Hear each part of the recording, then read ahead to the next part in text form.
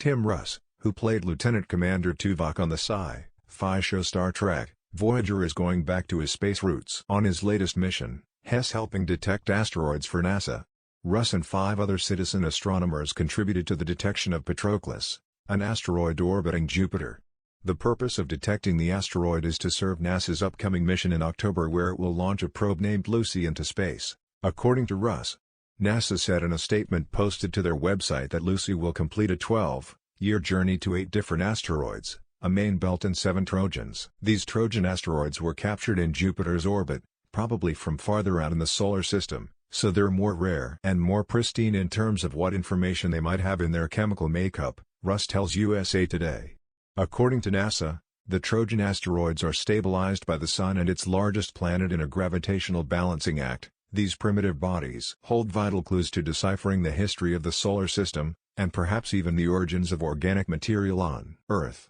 Russ helped detect Patroclus using a unistellar Evescope and Equinox telescope, a computerized telescope with a built-in GPS that connects to any cell phone. It will simply find a star field on its own and it will figure out where it is.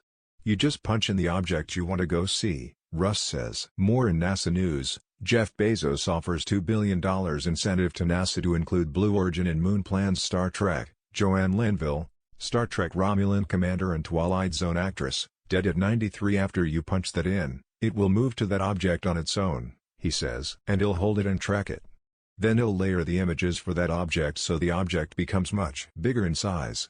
Russ explains layering the images will also show much more detail than the naked eye could ever see with the use of a telescope. The Star Trek actor says you have to have the specific coordinates of the asteroid or comet so the telescope will know where to go in the sky.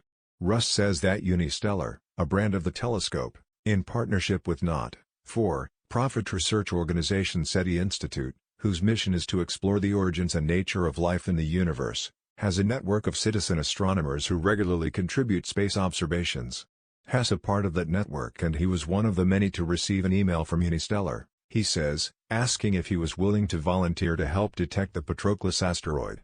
Whoever's available, whoever has clear skies coming, and has the time will go out and do it, Russ says. I was available, I had clear skies and I had a clear view of the object because there are only certain people that will be able to see it based on where they are.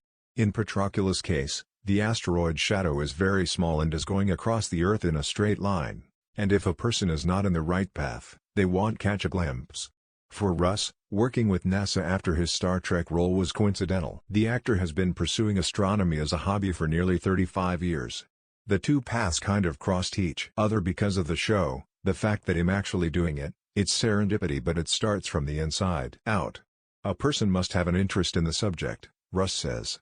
Initially, most of Russ' work in astronomy consisted of observation. He has been a part of the Los Angeles Astronomical Society for 29 years, and he would help with outreach programs for the public at the Griffith Observatory. When it was either a close approach of Mars or a special comet or partial eclipse or a lunar eclipse, we would go up and bring our telescopes up there and let the general public come in and view and give them information about what we're doing, Russ says. We would do events when something special was happening, and we would do a podcast right there that was live and sit in and talk about what we were doing that night.